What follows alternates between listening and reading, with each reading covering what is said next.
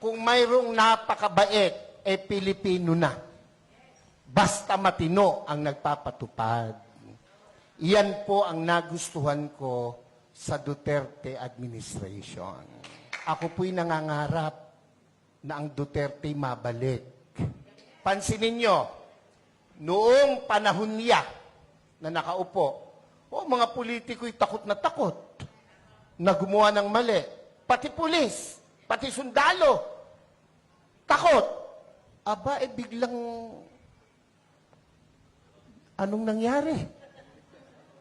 Ngayon ang mga kurakot mga nakaupo. Bakit ang isang obispo ay sumusuporta sa ganito?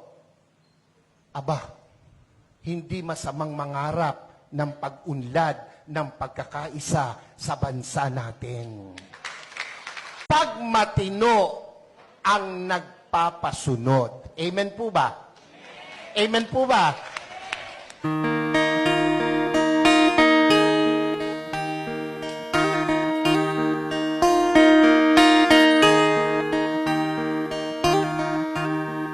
Ikaw ang Pangulo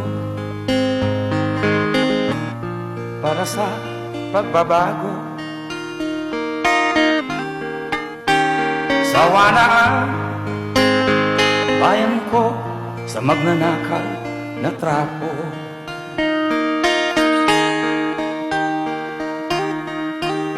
Madilim na kahapon, ikaw ang mag-aahon. Sa piling mo, di ko mawawala ang korupsyon.